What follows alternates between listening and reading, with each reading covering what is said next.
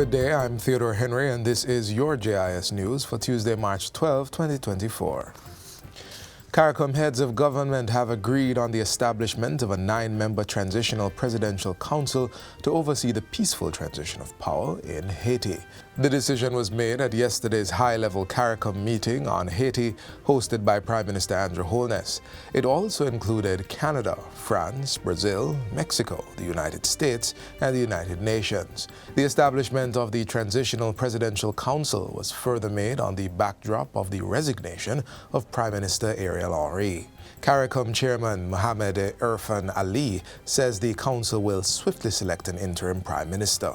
The Transitional Presidential Council will, together with the interim Prime Minister, appoint an inclusive Council of Ministers.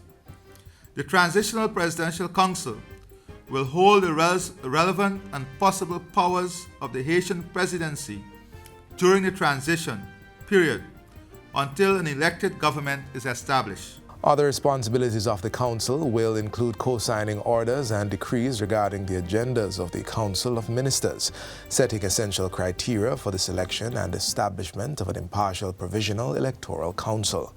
The body will also facilitate a peaceful transition, the continuity of governance, and establishment of a National Security Council. It will further ensure collaboration with all members of the international community for the accelerated deployment of the multinational support mission authorized by the UN. It is agreed that the implementation of these measures will be concluded in parallel. The parties also make specific individual commitments regarding principles of inclusion, integrity, restoration of peace, and orderly transition of power. These shared and individual commitments can represent important steps towards facilitating increased humanitarian access to help ease the suffering of the Haitian people. The international community stands ready to partner with Haiti to achieve these goals. Haitian participants must now fully implement their commitments. With a framework in place that illuminates a path forward, it is incumbent upon all Haitians to give the agreement a chance to work. Meanwhile, the United States government is providing an additional $100 million to assist the United Nations UN multinational force mission to Haiti to restore stability to the country. U.S. Secretary of State Antony Blinken says the total American support for the mission will now move to $300 million.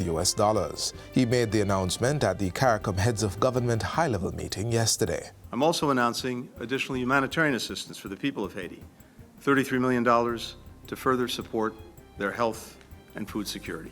The Secretary of State says the U.S. is in full support of a Haitian-led effort to get the country back to a path of stability and growth, with neighboring countries providing critical assistance. He adds that the joint proposal by CARICOM and Haitian stakeholders to expedite a political transition in Haiti has the backing of the U.S. We support the plan to create a broad-based, inclusive, independent presidential college that would, in particular, first, take concrete steps to meet the immediate needs of the Haitian people. Second, enable the swift deployment of the multinational security support mission.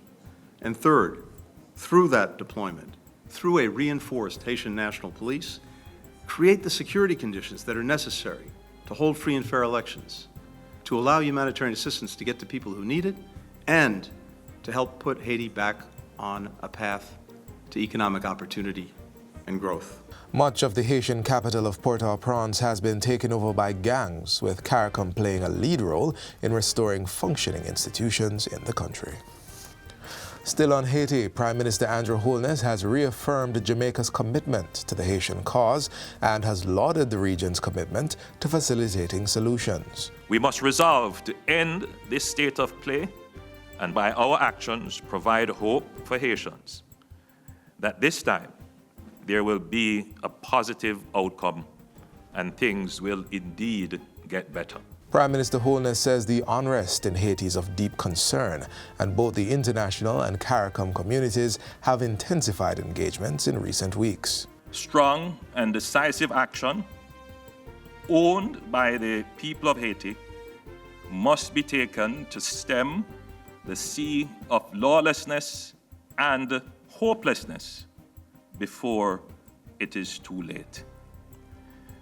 We are deeply distressed that it is already too late for too many who have lost far too much at the hands of criminal gangs. The fear of the situation in Haiti, worsening to become a civil war, is now a real one. We're all agreed that this cannot be allowed to happen, not in our hemisphere, with our long-standing democratic tradition and reputation as a zone of peace. According to Mr. Holness, the people of Haiti need and deserve nothing less than safety, freedom, and prosperity, which is the promise of its long-achieved independence.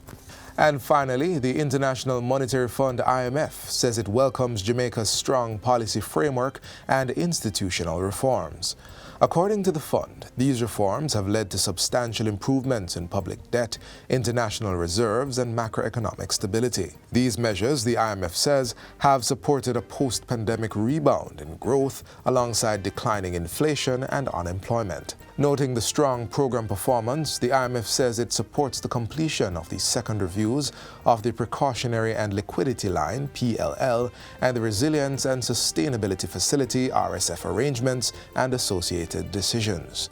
The fund agrees that Jamaica continues to meet the PLL qualification criteria, adding that it supports the country's ambitious reforms to unlock growth potential and strengthen resilience to shocks. The IMF says its directors concur that a data-dependent monetary policy stance is warranted, given upside risks to inflation stemming from demand pressures, tight labor markets, and deepening geoeconomic fragmentation.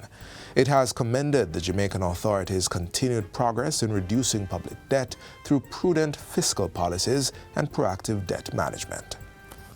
And that's it for JIS News Today. I'm Theodore Henry. Thanks for watching.